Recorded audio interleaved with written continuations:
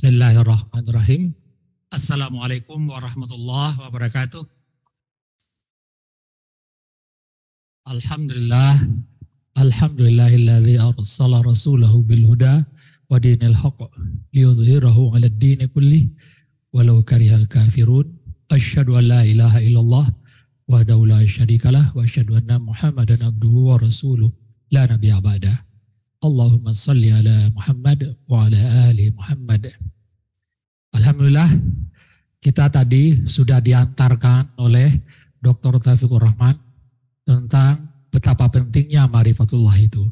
Nah, saya melanjutkan saja bagaimana cara membuka pintu ma'rifatullah.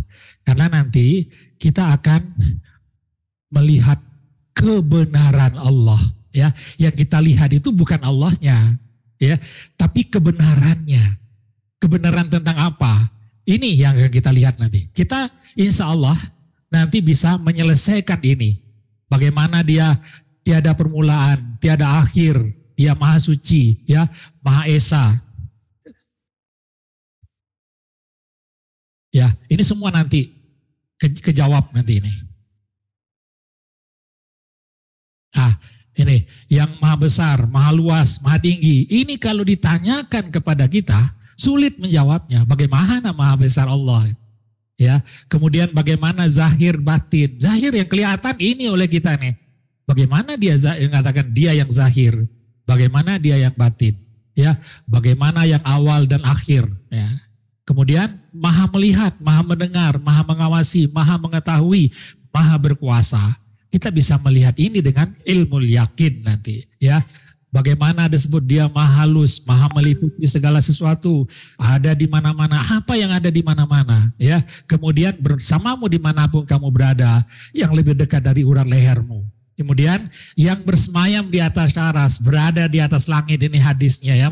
Yang kemanapun kamu menghadap, ada wajahnya. Ini ayat-ayat ini dengan pintu ma'rifatullah yang telah kita buka, insya Allah nanti bisa terjawab dengan ainul yakin kita. Ya, ini yang apa yang akan kita dapatkan nanti. Kemudian apa? Ya, bagaimana merubah keadaan seseorang? Nah, ini yang ada. Bagi orang yang buta, ya, dikatakan untuk merubah keadaan seseorang maka berusahalah dia merubah pikirannya. Maka ada orang mengatakan begini, seseorang itu sesuai dengan apa yang dia pikirkan. Betul nggak? Ada yang seperti itu ya. Itu adalah orang yang buta sebenarnya. Kenapa? Bagi orang yang sudah tahu akan seperti ini. Orang yang sudah melihat kebenaran, kebenaran ini yang akan kita lihat nanti. Apa yang dia katakan? Untuk merubah keadaan seseorang, maka Allah mengilhamkan ke dalam pikirannya atau mindanya tentang ketakwaan. Dan difasilitasinya pula jalan untuk merubah keadaan itu. Di sini dia perubahan. Jadi tidak ada kata untuk perubahan itu merubah di sini, di dalam dada. Gak ada itu. Di sini dirubahnya. Nah, bagaimana merubah ini diilhamkan? Ibu-ibu dan bapak-bapak ke sini pasti dengan ilham. Ya, kalau tidak ada ilham gak akan ke sini. Dan difasilitasi oleh Allah juga. Bagaimana fasilitasnya? Dimudahkan. Kalau tidak dimudahkan, pasti gak akan ke sini. Yakin gak? Itu namanya apa? Itu yang disebut dengan dipilih itu di situ. Ya, bagi orang yang sudah melihat nanti kebenaran ini akan terlihat nanti. Maka materi kita ini nanti. Bagaimana kita melihat permasalahan umat ini ya, kemudian mencari kembali pintu pertemuan dengan Allah. Ini yang paling diinginkan orang nanti. Kenapa? Tadi Dr. Taufik sudah mengatakan bahwa di awal-awal kita sudah berbincang mesra dengan Allah. Alastu birabbikum? Apa jawab kita? Bala syahid. Nah, itu kan ini sekali itu apa? Mesra sekali ungkapan itu. Nah, ungkapan itu seakan-akan hilang itu. Ya, kemudian bagaimana pintu ya ini? Karena nanti di akhir ya akan saya perlihatkan jalan berliku itu banyak. Ya, sulit. Saya berasal dari sini. Jalan berliku-liku ini yang saya lalui. Sekarang pintu jalan langsung yang saya lakukan. Enlightenment itu bagaimana nanti kita melatih tentang ihsan insya Allah. Ya, setelah itu apa? Pokok-pokok bangun Islam kita pelajari. Kita masuk langsung kepada problematika dulu. Apa problematika kita? Lihat, sibuk mencari cahaya kebenaran. Kemanapun Bapak dan Ibu, ya, pergi mengaji dan sebagainya, yang dicari apa? Kebenaran, kebenaran, kebenaran. Pintu pertemuan dengan Tuhan, ya. Apalagi yang dicari, ya. Kita seperti seakan-akan apa? Seakan-akan berada di tengah lautan, ya, di tengah lautan yang di situ kapal yang kita tumpangin itu diombang-ambing oleh ombak yang sangat besar. Kita mencari tempat berpegang. Kita tidak tahu dalam di depan itu apakah berbahaya atau tidak. Yang kita inginkan di situ apa? Sebuah mercusuar, betul nggak? Sebuah mercusuar, kita inginkan mercusuar itu sehingga mercusuar itu bisa menerangi jalan kapal kita sehingga kata, oh di depan itu ada batu-batu, di depan itu ada gunung yang harus kita hindari. Ini yang kita cari sebenarnya. Ya. Nah, kemudian bagaimana dakwah kita di selama ini? Ini dakwah kita yang kita lihat selama ini. Membahas pokok-pokoknya adalah mazhab. Ketika kita berbicara tentang Islam, maka yang kita ajarkan adalah mazhab. Betul nggak?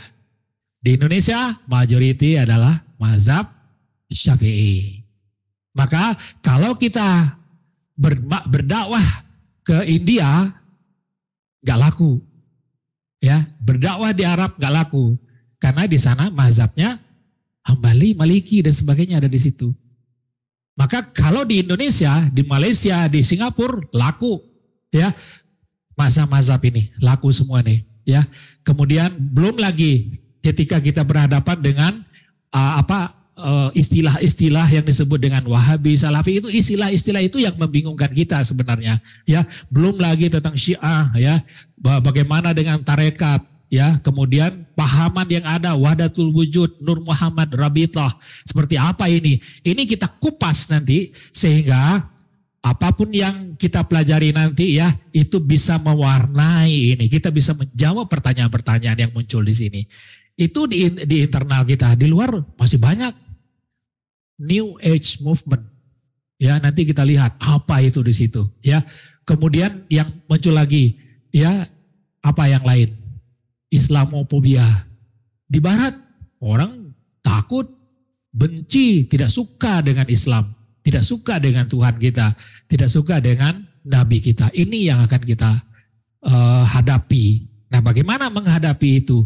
Inilah nanti setelah kita belajar tasawuf jalan nabi-nabi atau ilmu tasawuf yang ada, yang sangat sederhana dan tidak sulit, maka barulah nanti kita bisa menjawab tantangan-tantangan yang ada di sini. Karena dakwah kita berbeda setelah itu, ya. Nah, yang berikutnya adalah apa? Ini, betul nggak? Bahwa kita seakan-akan dirundung oleh dosa dan permasalahan hidup yang membuat kita di hari-hari itu kalau nyampe di rumah dari tempat kerja, pusing. Itu yang kita hadapi. Ya, sehingga kita mencari jalan keluar. Nah, apa yang kita hadapi? Ini dia. Seakan-akan harta benda kita semua, mulai dari harta, anak, kenikmatan dunia, itu membebani pikiran kita di sini. Ya, kita ditekan dari atas, gitu. Sehingga kita merasa sesak napas, merasa stres dan sebagainya. Sehingga kita lupa dengan Allah. Lalai dari mengingat Allah. Ya, tertutup, tercover, tertirai kita dengan melihat kebenaran Allah tadi. Ya, lupa kita dengan Allah. Ya, terusnya yang berikutnya adalah dosa-dosa. Ya, di dalam pikiran kita ini seakan-akan ada titik-titik hitam. Kenapa? Di Al-Quran dikatakan bahwa di hadis dikatakan bahwa apabila kita melakukan sebuah perbuatan maksiat, maka ada bintik-bintik hitam di dalam hati kita. Nanti hati itu nanti kita bedah. Hati itu bukan di sini, hati rohani nanti. Ya, yang dimaksud hati itu hati rohani. Ya, inilah bintik-bintik hitam itu. Kalau kita melakukan suatu perbuatan dosa, maka bintik hitamnya muncul. Kalau tobat, hilang sebentar. Tapi muncul lagi. Nah, maka bintik hitam itu membuat hati kita akan mematikan cahaya hati kita itu. Dosa-dosa itu. Itu yang membuat kita seperti yang kata Ustadz Taufikur Rahman tadi, hati kita menjadi mati. Itu masalah yang kita hadapi. Ya. Nah, inilah yang tanpa kita sadari, keadaan hati yang seperti ini ya diisi dengan tidak ingat kepada Allah, ingatnya kepada amwal, aulad dan kenikmatan dunia, maka disinilah muncul motivator kita. Motivator kita lagi enak-enaknya, gak ingat kita sesuatu yang jahat, tiba-tiba karena kita pernah melakukan suatu kejahatan dulu, maka dia akan mengatakan, kok udah lama nih gak dosa, udah lama nih gak korupsi, udah lama nih gak dusta. Pasti setelah itu kita dusta. Nah, itu maksudnya di sini. Inilah yang memotivator kita. Diizinkan oleh Allah memberi motivator kepada kita. Kenapa? Karena memang kita lalai dari ingatan kepada Allah. Orang yang lalai daripada ingatan kepada Allah, dia tidak punya pelindung. Kalau dia ingat kepada Allah, maka dia punya pelindung yang akan mencegah dia dari motivasi yang diberikan oleh syaitan ini. Nah, itu yang kita pentingkan ya. Maka cover-cover itu nanti disebutkan di Al-Quran begini.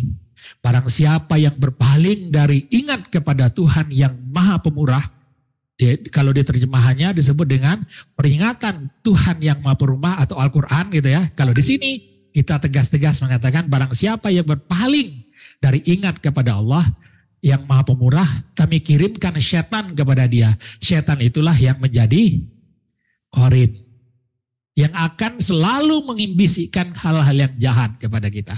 Nah ini ya, maka ini ada seorang profesor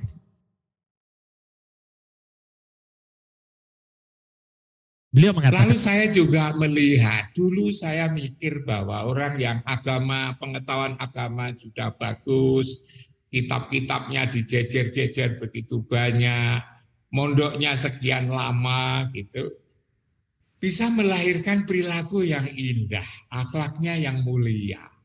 Tapi saya lalu juga jadi sedih ketika misalnya di lembaga-lembaga pendidikan Islam, bahkan juga lembaga pendidikan tinggi, yang lalu di situ juga berebut. Ya kalau berebut untuk mengembangkan umat tidak apa-apa sebetulnya seperti yang dikatakan oleh Kang Air tadi. Tapi rasa-rasanya tidak begitu. Konflik-konflik, perebutan, bahkan juga korupsi dan juga masuk di penjara. Di perguruan tinggi Islam ini lalu jadi apa? Lalu kemudian juga begitu di pesantren-pesantren, rasanya indah sekali. Tapi kasus-kasus penyimpangan, bahkan juga penyimpangan yang tidak senonoh gitu kan, yang mengakibatkan korban para santri-santri perempuan itu di mana-mana terjadi. Ini lalu gimana ini sesungguhnya?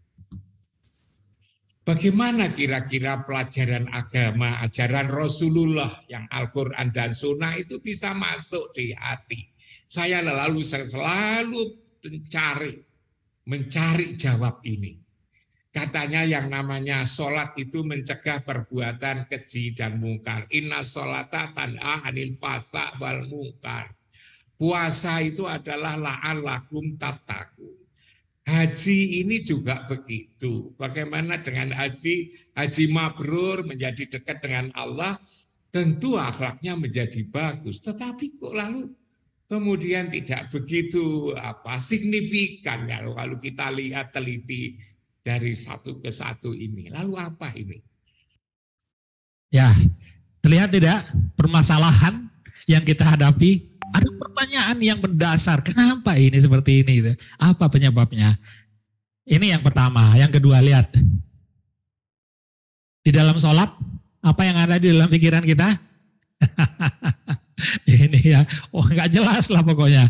Nggak jelas itu di dalam pikiran kita ya.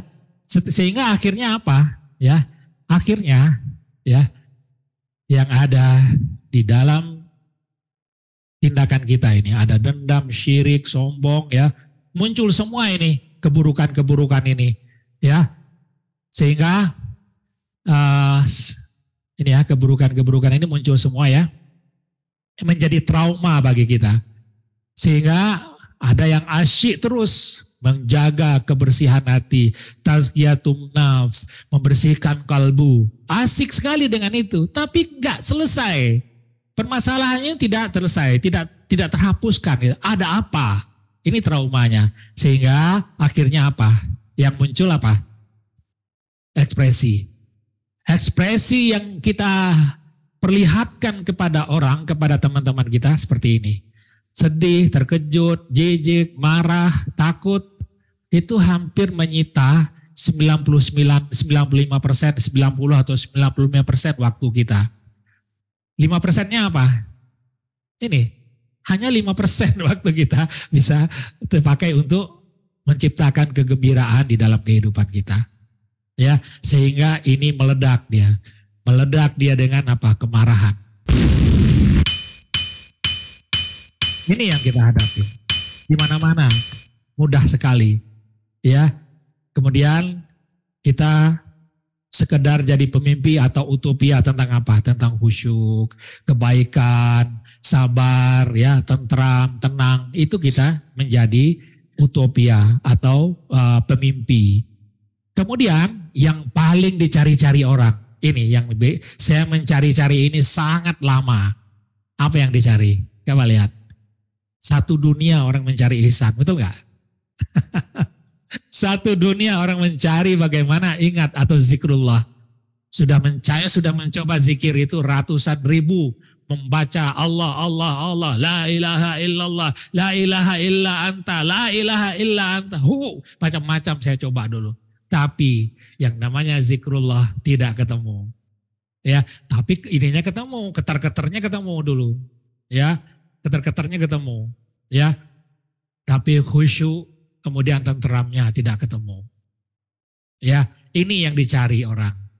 Ya, sehingga kemana-mana kita apa yang kita lihat, yang diingat.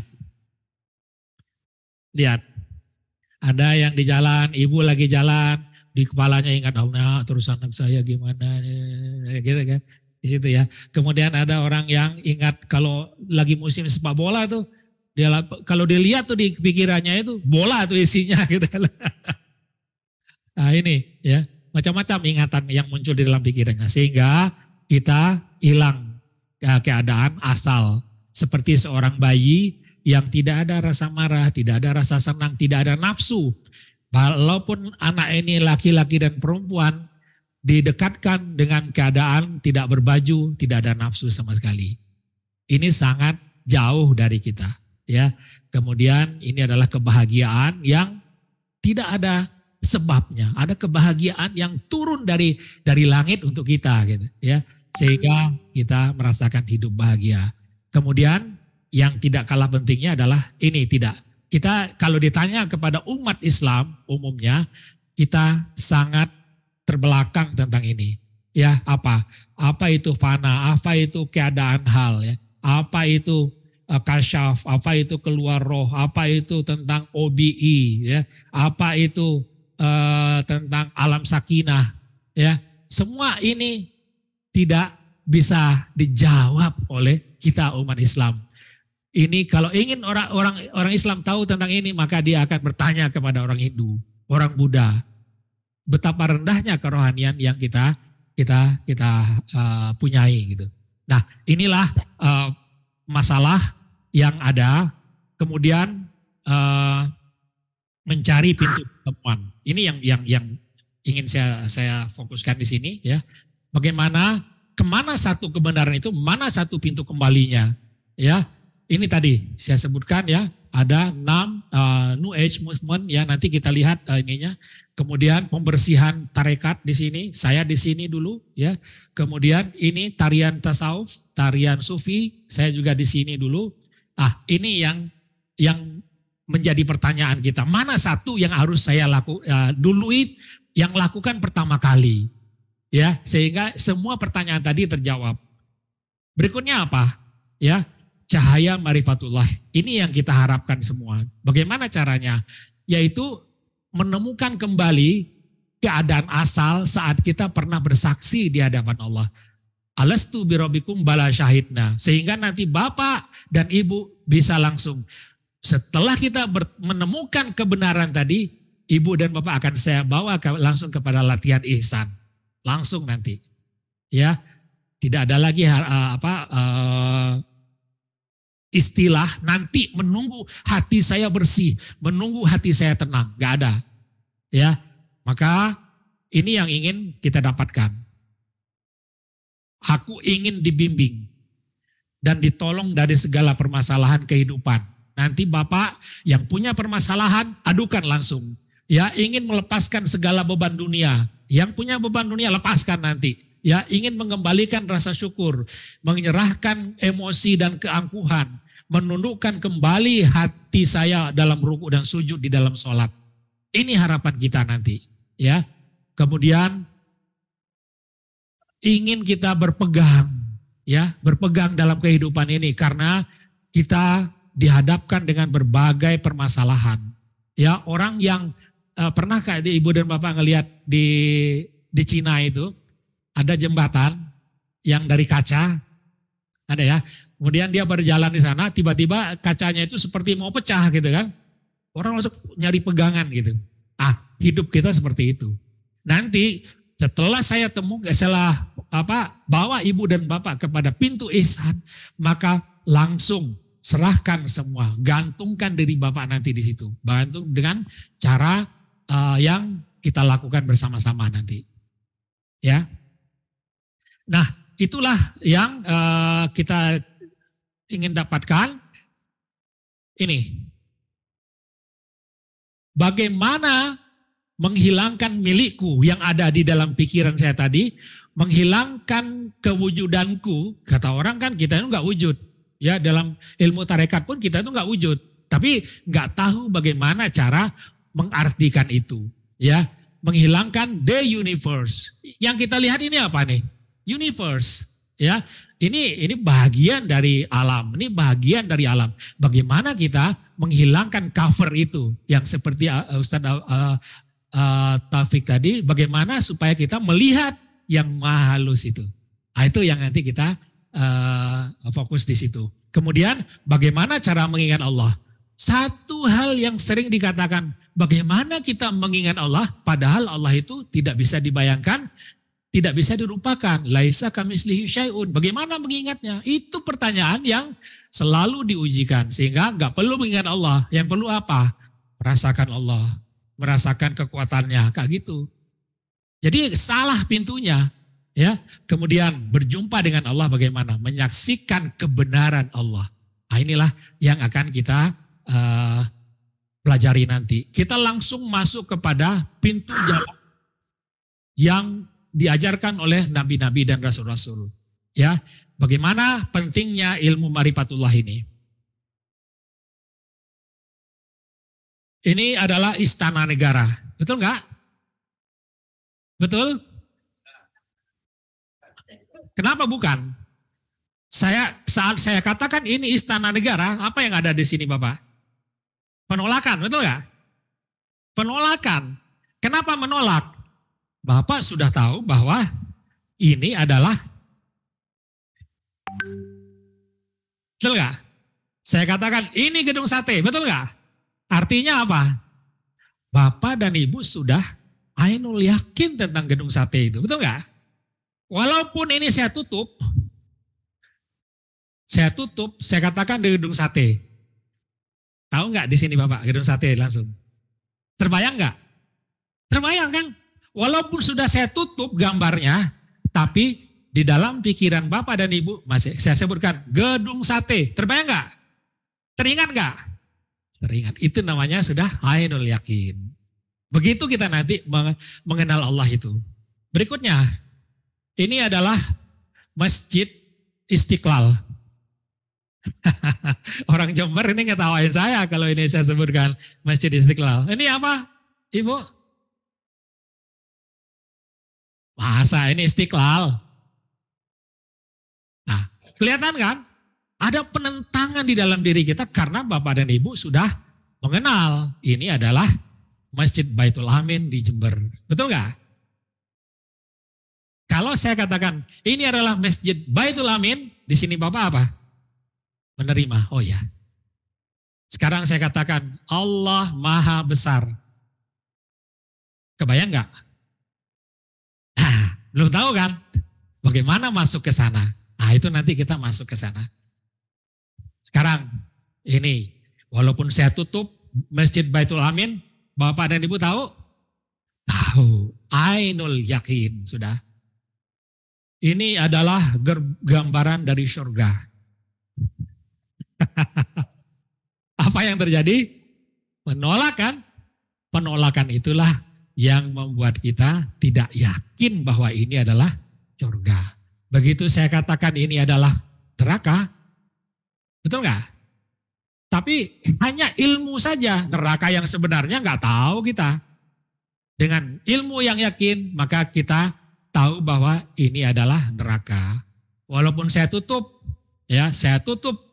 maka gambaran neraka masih kebayang. Maka Al-Quran mengatakan begini, jika kamu mengetahui dengan pengetahuan yang yakin, ilmu yakin, maka kamu akan benar-benar akan melihat atau dengan ainul yakin kepada neraka jahanam itu. Nah, ini yang kita pelajari, bahwa kita belajar ma'rifatullah dengan ilmu yakin. Bukan dengan cara zikir beribu-ribu, beratus-ratus ribu, kemudian secara uzlah di hutan 40 hari dan sebagainya. Enggak begitu cara mengenal Allah. Ya, mengenalnya dengan ilmu yakin. Rasulullah mengajarkan dengan ilmu yakin. Sehingga sahabat-sahabat ainul yakin, hakul yakin dengan Allah. Ya, ini. Maka ini yang akan kita pelajari. Ya.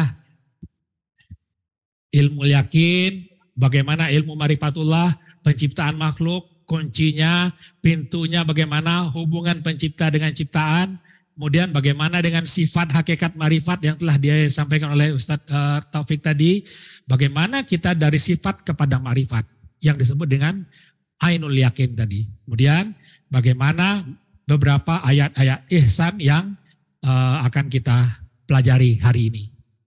Masuk langsung kepada ilmu yakin. Menelusuri asal kejadian. Ini apa yang Ibu Bapak lihat? Patung burung. Ya betul ya? Patung burung. Bagi orang yang buta, ini bagi orang yang buta, ini adalah patung burung. Bagi orang yang sudah melihat sebentar atau melihat hakikatnya, ini adalah kayu. Betul nggak? Bagi orang yang sudah ma'rifat, ya, maka ini adalah sedikit dari pohon. Betul ya? Betul nggak? Kita ulang ya. Ini adalah patung berupa burung. Ini adalah berasal dari kayu, hanya sedikit kayu saja. Dan itu kayu itu adalah sedikit dari pohon. Keseluruhan pohon nggak yang menjadi patung burung? Tidak, hanya sedikit saja. Sekarang kalau Bapak melihat ini, kelihatan tidak sedikit pohon tadi? Kelihatan enggak? Dengan mata tidak kelihatan. Sekarang dengan mata batin atau dengan berdasarkan ilmu yakin, kelihatan enggak? Begitu Bapak melihat ini, sebenarnya dia apa? Sedikit pohon dari kayu tadi. Betul enggak? Walaupun Bapak tidak melihat, tapi di sini sudah ada. Di situ adalah hanya sedikit pohon saja. Itu namanya Bapak sudah mengenal asal dari patung pohon ini. Terus berikutnya. Nah, ini dia keterangannya. Ya, patung pohon kemudian berasal dari kayu, berasal dari sedikit pohon, dan sedikit pohon itu adalah bagian dari pohon. Nah, kita belajar hanya sampai di sini saja. Sampai di sini saja. 1, 2, 3. 3 tingkatan saja kita.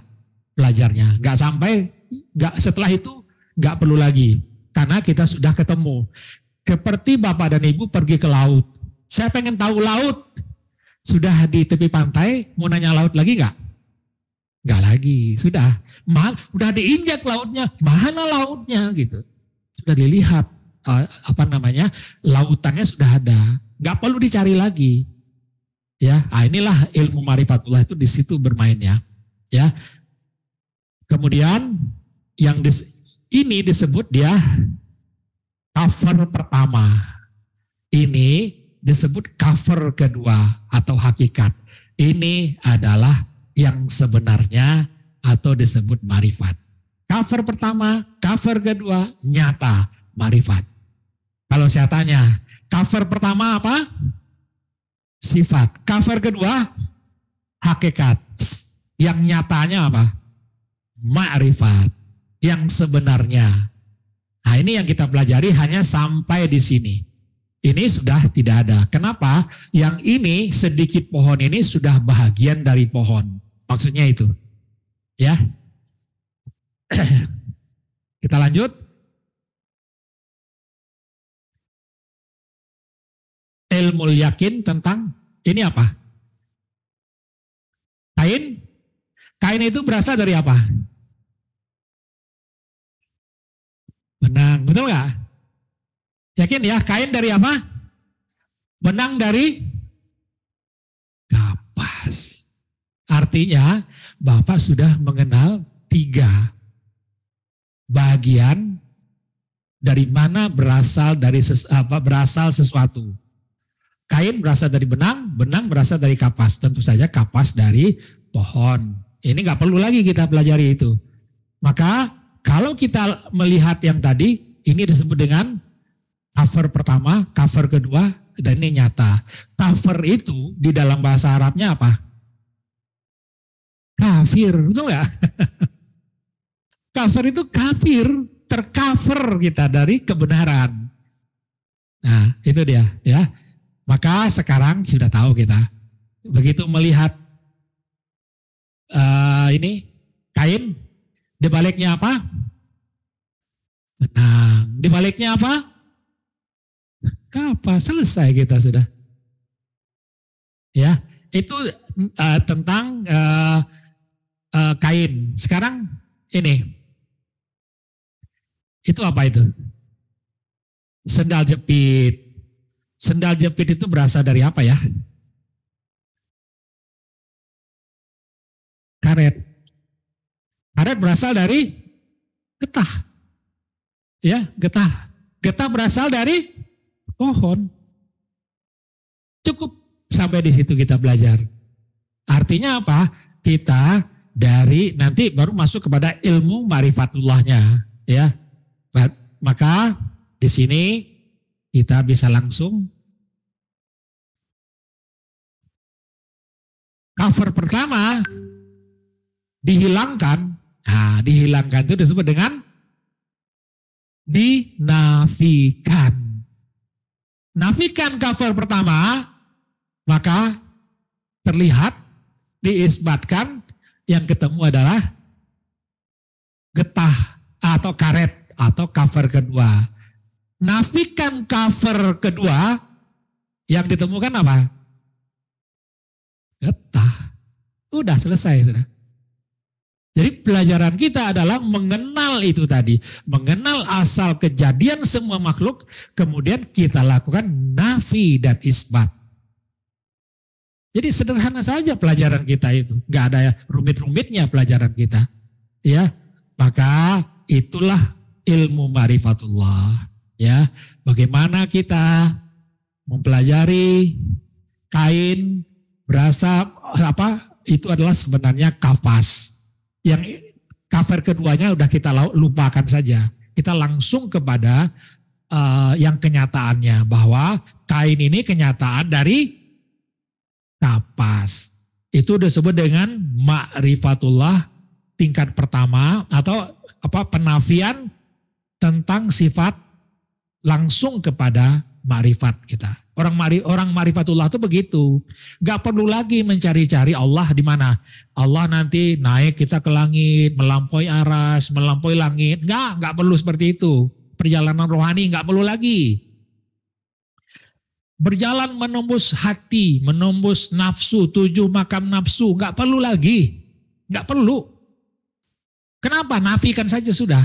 Nah, itu nanti yang akan kita lakukan. Ya. Begitu juga ngelihat sendal jepit, nafi isbat, getah langsung. Kita langsung mata hati kita yang melihat getah itu, bukan mata batin. Ya, bukan mata lahir ini yang melihat, mata batin kita yang melihat. Oke. Lanjut. Mari kita lihat yang ketiga, ya.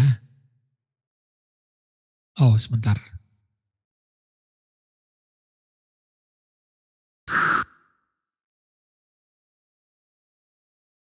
Sebentar. Nah, ini. Ilmu ma'rifatullah. Kita pertama berdasarkan ayat Al-Quran. Itu takwil, ya. Takwil dari surat An-Nur ayat 35. Ini kata-kata ini kita coba visualkan. Ya, ini kata-katanya. Ya, mari kita visualkan. Allah adalah cahaya bumi dan langit. Kan gitu ya. Cahaya Allah itu adalah ibarat ya seperti di dalam sebuah mishkat atau ceruk yang tidak bisa tembus. Ini dia ceruk yang gak bisa tembus. Kemanapun juga, ini sudah gak bisa ditembus ke sana, ke sini gak bisa ditembus. Ya, di dalamnya ada pelita. Lihat, di dalamnya ada pelita. Pelita itu di mana? Di dalam kaca, betul nggak? Di dalam kaca, kemudian bercahaya dia, cahayanya berkelap-kelip seperti cahaya bintang. Jadi ini berkelap-kelip udah. Kelap-kelip dia seperti cahaya bintang. Kelihatan nggak kelap-kelipnya? Kelihatan. Ya. Kemudian apa katakan? Pelita itu bercahaya karena ada minyak zaitun. Betul nggak? Minyak zaitun yang membuat dia bercahaya ini. Apa minyak zaitun? Itu dia minyak zaitun. Tanpa ada minyak zaitun, bisa bercahaya enggak pelita itu? Minyak zaitun itu berasal dari pohon zaitun yang tidak tumbuh di barat dan maupun di timur. Artinya meliputi semua. Kelihatan enggak ada tiga ininya? Tiga bagiannya. Di sini adalah pelita, minyak zaitun, pohon zaitun. Kelihatan enggak? Sampai di sini saja kita diberitahu oleh Allah tentang cahaya dia itu. Di luar ini kita nggak tahu sudah. Ya, ini tandanya saja yang ada, tandanya. Ya, maka cahaya di atas cahaya. Cahaya di atas cahaya itu adalah 70 tirai nur sebenarnya. Cahaya di atas cahaya, 70 tirai nur nih. Ini nggak membakar dia, ya. Tapi menyebabkan di sini bercahaya pelita itu. Nah, disinilah kita mengambil ilmu bahwa apa persamaannya? Ya, persamaannya apa? Mari kita lihat persamaannya.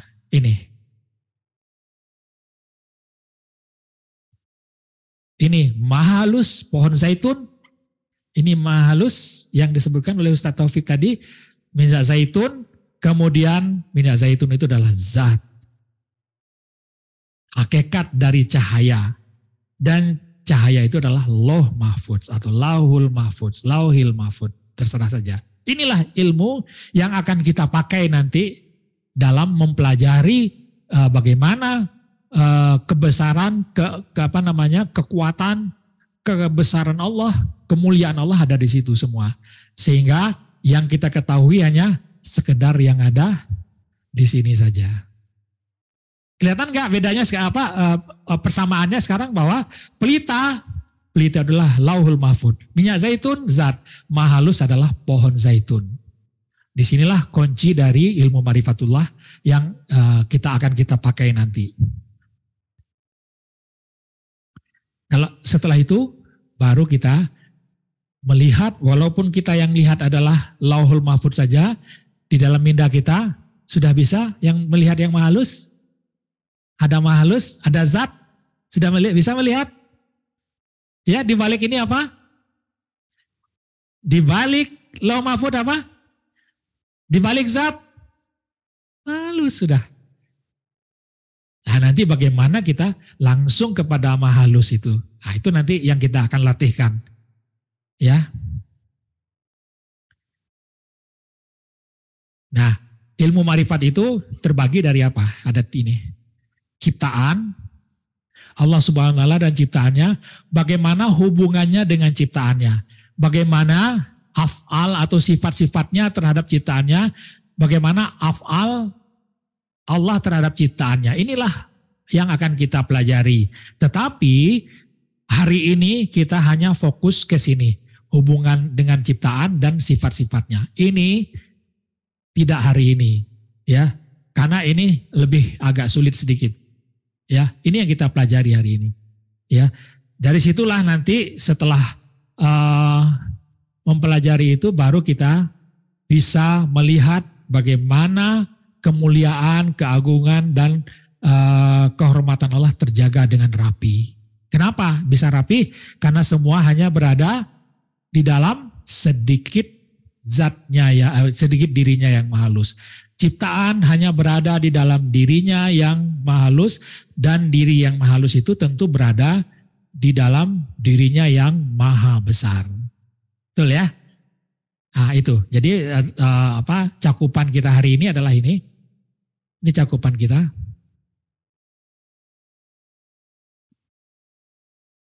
Ini. Marifatullah yang tahap pertama, sifat, hakikat, marifat, ini sudah kita pelajari tapi belum masuk ke dalamnya. Dari situlah baru kita bisa ihsan, kemudian zikrullah dan ibadah. Yang berikutnya ini tidak akan kita pelajari ya. Ini adalah tahap kedua, yaitu mengenai pengurusan kuasa, kehendak, sehingga kita bisa Islam dan keredaan. Ini belum. Yang ketiga juga belum, yaitu bagaimana kita melihat hubungan antara kehidupan ahli sufi dengan ibadah ahli sufi sebagai khalifah pengemban amanah. Ini belum kita pelajari. Ya, ini masih sangat panjang untuk di situ. Maka mari kita lanjutkan marifatullah, pengenalan yang pertama, ya. Wujud. Ini apa yang Ibu Bapak lihat? Bumi ya. Bumi dengan segala isinya. Betul? Apa yang kau lihat? Mana Tuhan? Mana Allah? Kan gitu. Ya. Kalau ini masih koper pertama, sehingga kita terhalang dari melihat kebenaran Allah. Kalau bagi orang yang sudah agak tinggi ilmunya atau ilmuwan, maka bumi ini adalah bagian dari alam semesta. Betul ya? Bagian dari matahari. Matahari bagian dari ada nebula, ada galaksi dan sebagainya. Masih terlihat nggak bulannya atau buminya tadi? Dan nggak ada lagi. Ya, nebula ini bagian dari galaksi yang sangat besar, sangat luas ya. Sehingga bagi saintis inilah yang disebut dengan observable universe. Universe atau alam semesta yang masih bisa kita observasi. Mana Tuhan? Mana Allah? Masih berada di dalam cover yang pertama. Bagi umat Islam ada yang lebih tinggi sedikit. Apa? Pelajaran Isra Mi'raj Rasulullah. Apa? Di situ ada di atas observable universe itu ada 7 lapis langit, ada kursi, 7 lapis langit, Sidratul Muntaha, lapisan air, Arash, 70 tirai nur. Ini nanti akan kita pelajari lengkap di dalam apa? Lauhul Mahfud. Ada kajian khusus tentang Lauhul Mahfud. Ya, tapi kita untuk bertemu Allah nggak perlu Ya, nggak perlu naik dulu sampai ke sini, naik kepada yang maha tinggi sampai ke sini seperti Rasulullah, nggak perlu. Rasulullah diajarkan Isra Mi'raj itu untuk mengenalkan ini, untuk mengenalkan ini. Setelah itu Rasulullah sudah langsung saja Allahu Akbar, langsung beliau ihsan. Itu yang beliau ajarkan. Nah, mana Allah? Ya, apa yang kau lihat? Mana Allah? Ini akan kita kupas nanti. Ya. Cover pertama masih. Maka untuk itu mari kita masuk kepada penciptaan makhluk. Inilah kuncinya, penciptaan makhluk. Balik ke pangkal jalan. Ya, ke pangkal jalan. Ke sini kita akan pergi seketika nanti. Ya, bagaimana caranya? Nah, mari kita lihat pintu atau kunci pembukanya. Ini kunci pembukaan. Kunci pembuka pintu ma'rifatullah. Kira-kira kuncinya apa? Ibu dan Bapak ada yang tahu kuncinya? Hah? Ya, apa ilmunya? Hah? Kuncinya, ini kuncinya. Sederhana kuncinya. Sudah disebutkan oleh Ustadz tadi. Pada permulaan hanya Allah saja yang ada. Tiada apapun bersamanya. Kuncinya ini. Kalau sudah kenal kuncinya seperti ini, ya, betul enggak?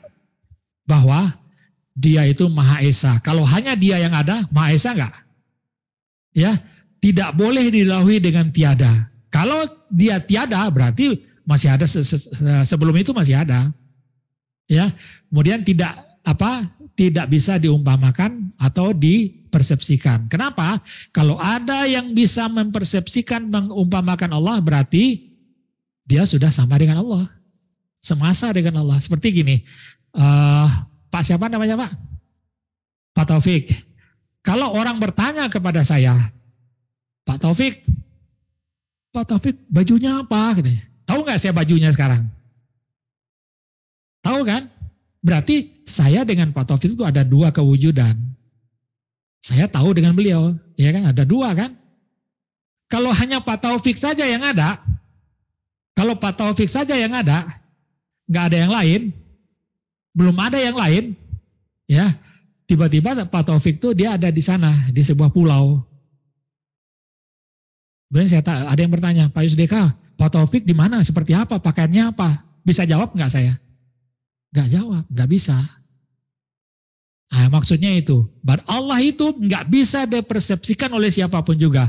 Kalau ada yang bisa mempersepsikan Allah, maka artinya dia temannya Allah berarti sudah, ya, friendnya Allah gitu.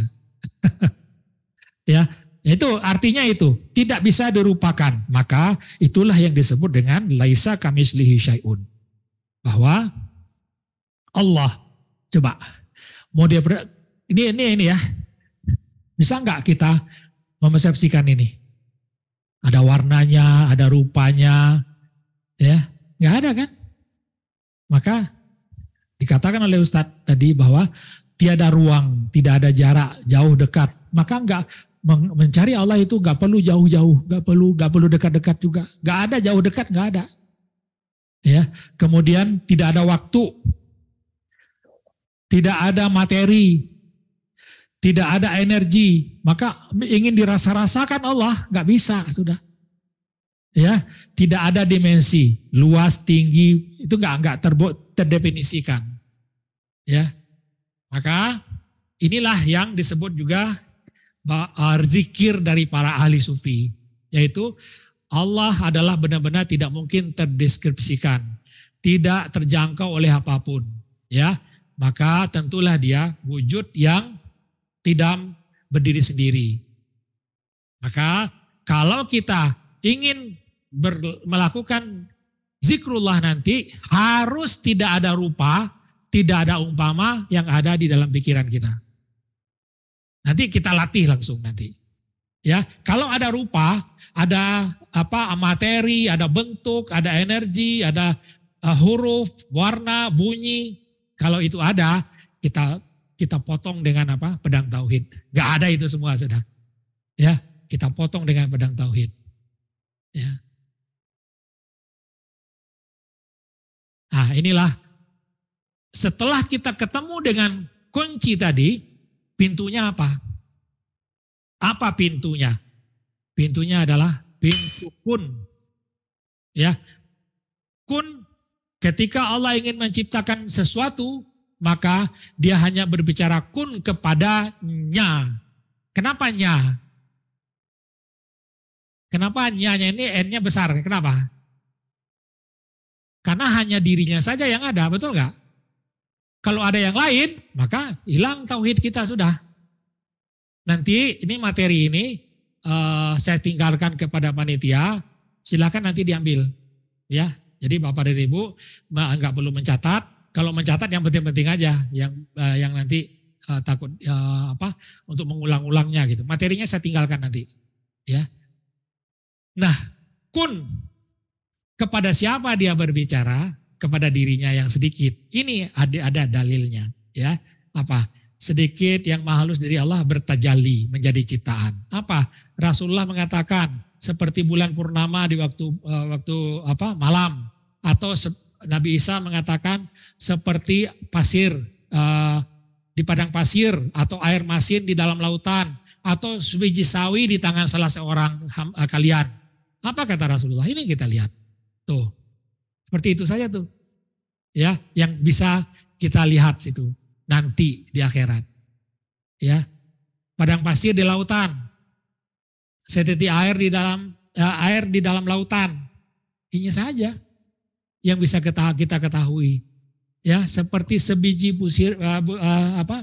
biji sawi di dalam tangan kita seperti ini. Yang kita pelajari hanya itu saja. Yang maha halus, ya, yang maha halus. Maka begitu Allah berfirman kun, apa yang terjadi? Sedikit dirinya bertajali, ya, wajah maha halus bertajali, dia tajali, ya, ada dia, ya, bertajali menjadi apa? Menjadi zat yang bercahaya. Jadi yang sedikit tadi bercahaya, ya, menjadi zat, ya, bermanifestasi atau terzahir. Zat yang bercahaya itu kemudian menjadi sifat ciptaan. Ini dia caranya. Nah, kalau kita ini lagi gambarkan begini. Laisa kamitslihi syai'un. Lihat laisa kamitslihi syai'un tadi kemudian bertajali sedikit. Apa yang terjadi? Sekaligus terjadi semua ini. Kita ulang ya. Ini tidak ada apa-apa, kemudian terjadi firman kun serentak. Jadi terentak. Pertama wajah maha halus tadi terzahir menjadi zat, zat terzahir menjadi sifat. Yang kita lihat itu adalah ini. Ini sudah tidak terlihat karena dia sudah tersamar. Zat wajah maha halus tersamar di dalam zat, zat tersamar di dalam ini. Di sebalik. Ya, kelihatan ya? Yang terlihat sekarang itu. Yang kita lihat, inilah yang kita lihat sekarang. Ada zat, ya, ada energi, ada waktu, ada dimensi, ada ruang, ada rupa, ada umpama, ada huruf, ada warna, ada bunyi, ada yang dilihat, ada dualitas. Semuanya ada di sini. Kalau di sini, di luar apa? Gak ada yang tahu, betul gak? Maha rahasia. Gak ada yang tahu. Yang kita ketahui hanya sedikit ini saja ilmu yang diberikan oleh Allah. Itulah yang disebut dengan bagaimana kita masuk ke dalam pintu ma'rifatullah tadi. Ya. Nah, kalau dari sisi Allah semuanya sudah terbentuk, sudah selesai, ya. Sudah selesai saat firman kun itu terjadi. Bagaimana maksudnya? Maksudnya. Ini ya, maha halus tadi, bagaimana di dalam ini, mari kita lihat. Kita kupas di dalamnya itu. Nah, di dalam maha halus itu ada apa? Wajah, ada zat. Di dalam zat ada apa? Sifat. Ya.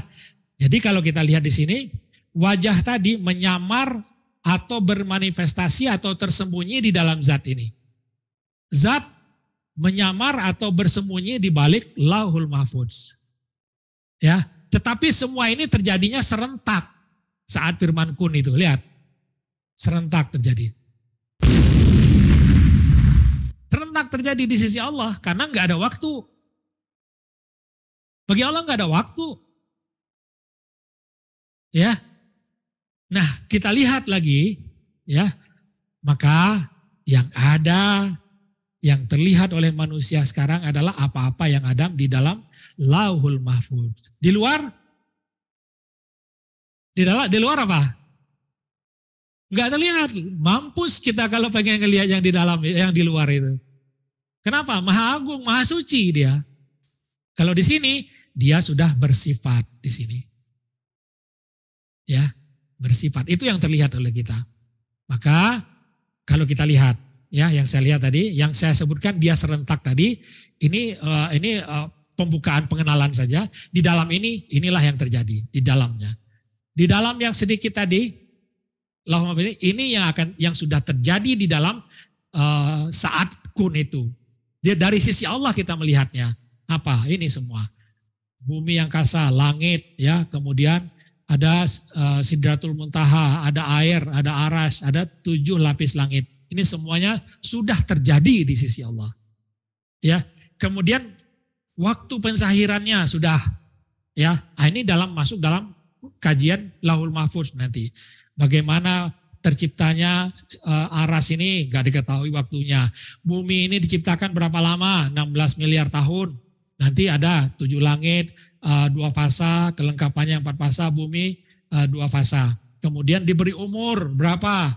6 fasa, 12 miliar tahun. Apa yang terjadi? Ya, ini dia berjalan. Di sisi Allah sudah terjadi. Tetapi dari sisi makhluk, dia diberi waktu seperti ini. Lihat, kalau dari sisi makhluk kita lihat, ini dia. Semuanya berjalan sesuai dengan ruang dan waktu yang telah ditetapkan. Maksudnya apa? Ini tak diketahui kapan dia terjadi, tidak diketahui karena tidak ada di dalam Al-Quran dan hadis, nggak ada. Yang ada di Al-Quran dan hadis, yang ada Al-Quran dan hadis. Langit, kemudian diberi waktu berjalan dan sudah berjalan sampai di sini. Sampai di sini sudah berjalan nih. Sampai di sini Nabi Adam sudah ada, ya. Yang tertinggal yang mana? Yang belum ini. Ini yang belum. Ya, kapan kiamat, bagaimana kampung akhirat, ini belum terjadi. Nah, ini dari sisi manusia masih planning yang belum terjadi. Besok belum terjadi kan? Masih dalam rencana. Kalau kemarin, nah di sini dia kemarin. Yang kemarin itu udah di sini nih. Besok masih di sini. Besoknya lagi masih di sini. Itu buat kita. Ya.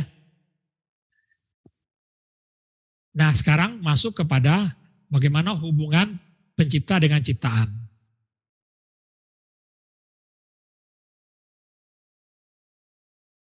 Ini hubungannya.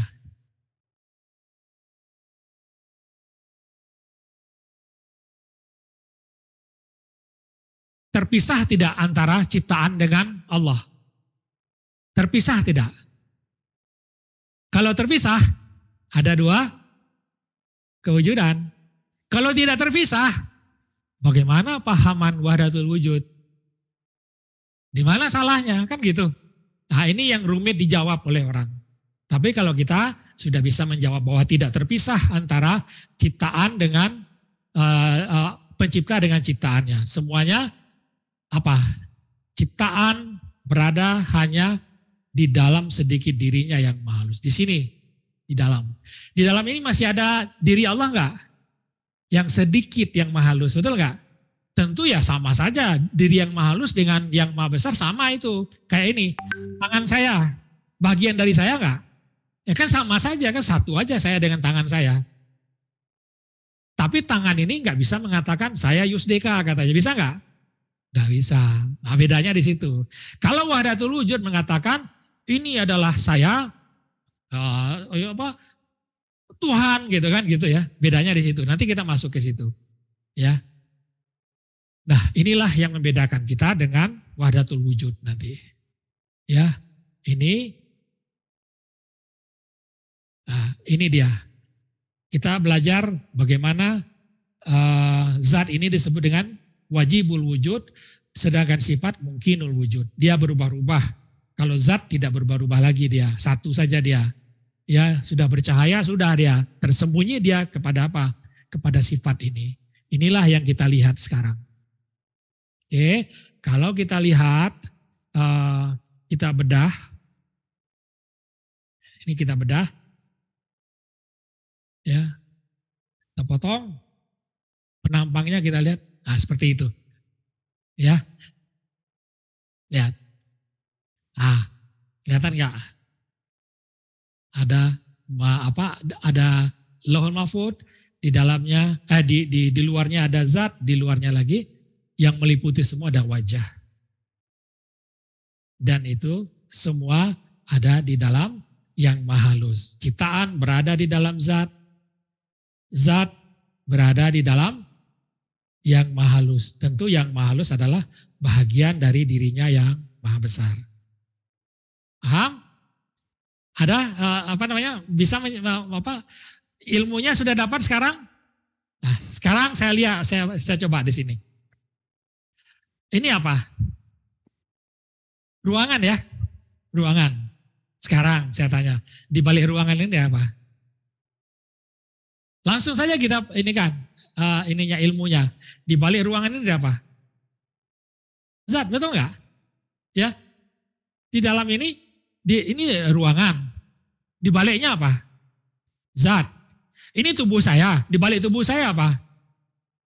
Ini adalah udara. Di balik udara apa? Zat. Di balik zat ada apa? Maha halus. Sekarang tanpa berpikir saya katakan di balik ruangan ini ada apa? Maha halus. Kelihatan nggak yang maha halus? Di balik tembok ini ada apa? Maha halus. Kelihatan nggak? Kelihatan dengan ilmu yakin kita sekarang. Ya, di balik ini, di balik ini, di balik semuanya ada apa? Maha halus. Mau nyari kemana lagi? Hah? Sekarang coba tutup matanya. Coba tutup mata. Ya, tutup matanya. Nah, nanti gini, saya minta Ibu dan Bapak nanti gini. Kalau saya minta nanti langsung adukan segala permasalahannya, ada satu sikap yang perlu Bapak lakukan adalah ini. Ini, mata, lihat mata saya. Mata saya itu dikunci. Kunci itu maksudnya lihat, satu-satu ya, kunci lihat. Kita kunci, ini nggak bisa dibuka. Kalau ini nggak dikunci. Ya, nanti dicoba ya. Kalau ini dikunci. Nanti manfaatnya saya uraikan di akhir nanti. Ya, lihat. Lihat ya. Halo? Ya, lihat. Ini dikunci. Nggak bisa dibuka. Kalau ini dikunci nggak? Nggak. Ya paham ya? Ya, kelihatan ya, kunci. Tapi benar-benar nanti, ya jangan main-main, jangan anggap saja ini saya latihkan bagaimana. Orang Bilal saya latih, Bilal itu ditindih dengan apa? Batu besar gitu ya. Dengan batu besar dipindih, hanya minta dia ya, jangan dibuka. Ya jangan dibuka. Itu saja, ya. Mari kita coba.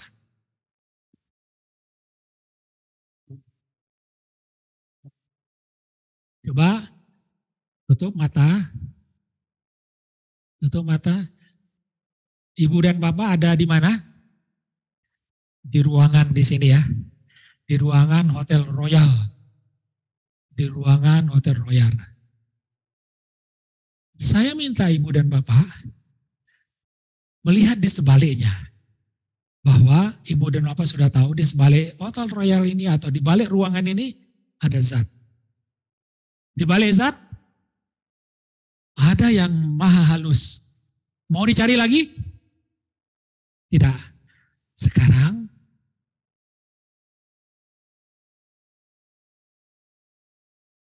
duduk di situ. Kunci Jangan gunakan mata, gunakan mata hati. Ya, kemanapun ibu dan bapak melihat, lihat ke depan dengan mata tertutup tadi, lihat ke depan. Yang ada yang maha halus. Lihat ke samping, mata hati itu bisa dilihat ke samping, tapi dikunci, betul-betul dikunci. Lihat ke samping, ada maha halus. Lihat ke kiri, maha halus. Lihat ke bawah, maha halus. Lihat ke atas, maha halus juga sama. Kemanapun melihat, yang engkau lihat adalah wajahnya yang maha halus saja. Cukup yang maha halus. Sekarang kunci, fokuskan kepada wajah yang maha halus itu. Kunci. Coba cek, udah dikunci belum? Coba dicek. Buka matanya, kalau kebuka berarti belum dikunci. Kalau bisa dibuka, belum dikunci.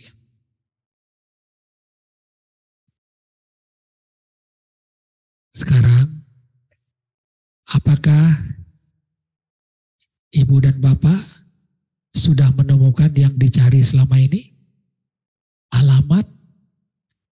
Alamat untuk minta tolong. Alamat untuk menyerahkan segala permasalahan. Alamat untuk minta tolong. Alamat untuk menyerahkan pujaan dan pujian ibu dan bapak. Serahkan semua sekarang. Saya tidak ikut. Saya hanya mengantarkan ibu dan bapak saja ke sana. Mengantarkan untuk menjumpa dengan yang dicari selama ini. Berjumpa.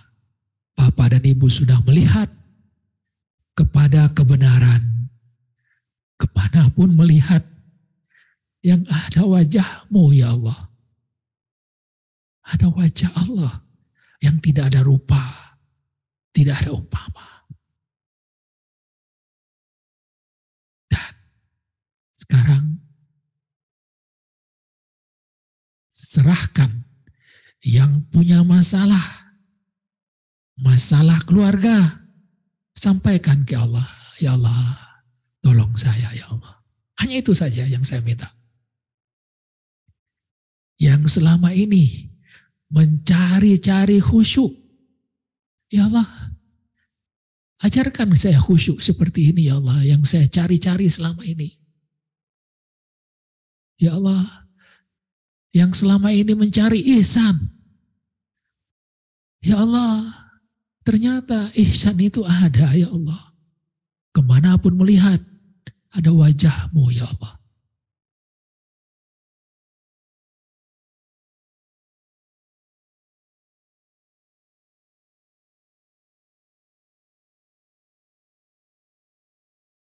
Setan ingin mengatakan, udah. Jangan mau. Jangan mau diperintahkan oleh setan. Duduk di situ. Kapan perlu Bapak dan Ibu coba dendangkan Al-Quran, coba. Dendangkan Al-Quran. A'udzu billahi minasyaitonir rajim. Bismillahirrahmanirrahim. Alhamdulillahi rabbil alamin. Ar-Rahmanir-Rahim. Maliki yaumiddin. Iyyaka na'budu wa iyyaka nasta'in. Ihdinas siratal mustaqim. Siratal ladzina an'amta 'alaihim ghairil maghdubi 'alaihim waladdallin. Jangan cepat-cepat dihentikan.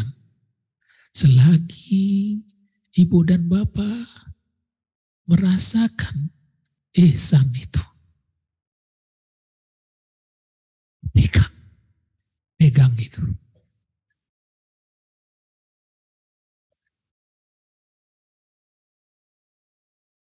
Gak usah dicari-cari.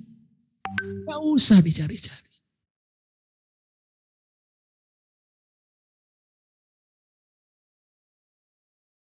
Sampaikan segala permasalahan. Saya akan diam. Saya akan menjadi penyaksi atas apa yang Bapak dan Ibu dapatkan. Akan penyaksi saja.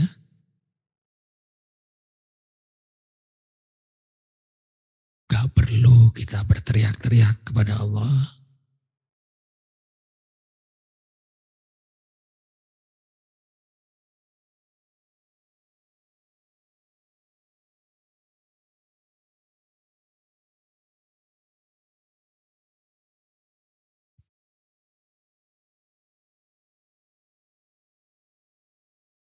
Ini nanti siang Bapak dan Ibu akan memakai ini di dalam sholat. Di dalam sholat akan Bapak dan Ibu pakai. Mari kita coba latihkan dalam satu rakaat hanya beberapa gerakan saja. Kembali Bapak dan ingat sudah gak ada lagi nafi-nafi, gak ada lagi. Yang ada hanya apa? Yang maha halus. Sekarang tutup lagi mata. Nanti kalau sudah mahir Bapak gak perlu tutup mata. Gak perlu tutup mata. Sekarang belajar. Mari kita belajar. Kembali tutup mata. Untuk melupakan yang lain. Melupakan sifat. Bagaimana caranya? Ingat saja yang maha halus. Sekarang takbiratul ihram. Allahu Akbar. Sampaikan. Jangan gak disampaikan. Pandang dengan mata hati kepada yang maha halus. Ya, katakan wajah kepada dia ya. Wajjahtu wajhiya lilladzi fataras samawati wal ardh. Katakan itu. Sampai selesai.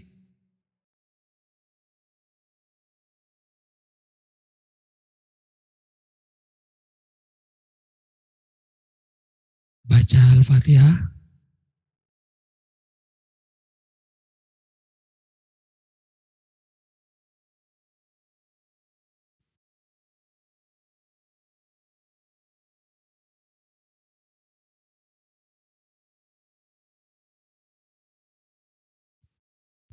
Baca kulhu.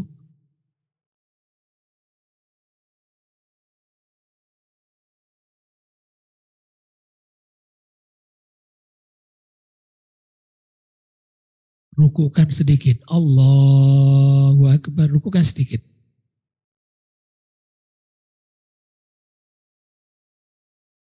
Jatuhkan ke bawah lagi. Allah. Sujudkan. Allah. Subhanallah.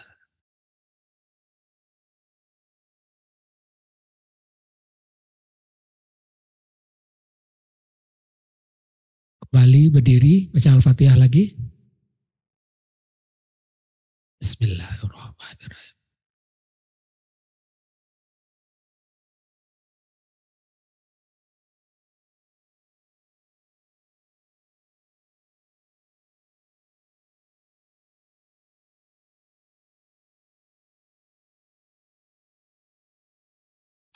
Kulhu lagi.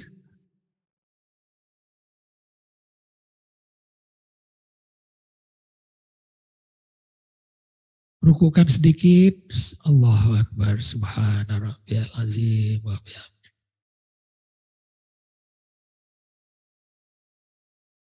Sujudkan sedikit. Allahu Akbar. Subhana rabbiyal ala bihamdihi. Subhana rabbiyal ala.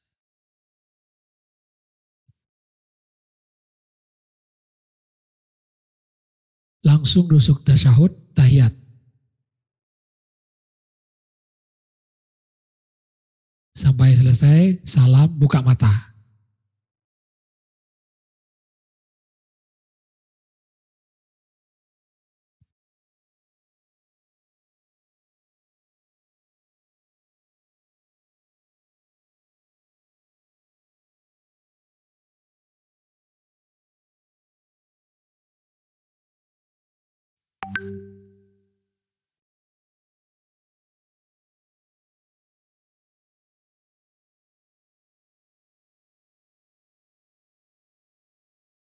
Ya, itu latihan pertama ya.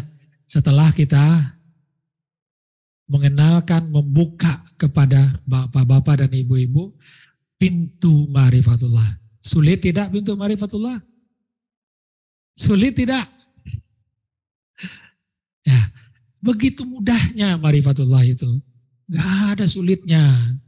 Ya, begitu sederhana. Gak perlu berzikir, gak perlu. Nanti akan saya perlihatkan apa yang saya lakukan dulu untuk mengenal ini. Ya, banyak sekali yang entah apa yang saya lakukan. Ya, nah itu bagian pertama. Nanti kita masuk ke bagian berikutnya adalah bagaimana kita mengenal zikrullah nanti. Ihsan otomatis sudah ihsan. Tapi ihsannya baru yang pertama. Apa? Melihat wajahnya. Ya mungkin ada yang bertanya bagaimana melihat wajah Allah.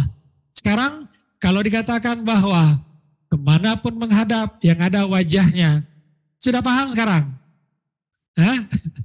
Masih ada pertanyaan nggak? Nggak ada lagi pertanyaan. Ya, itu ma'rifatullah.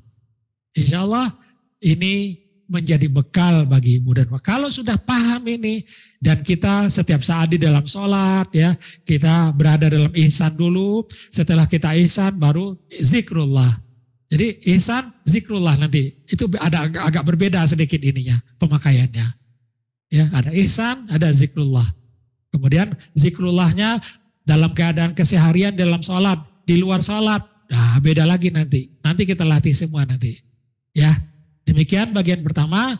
Billahi taufiq wal hidayah. Assalamualaikum warahmatullahi wabarakatuh.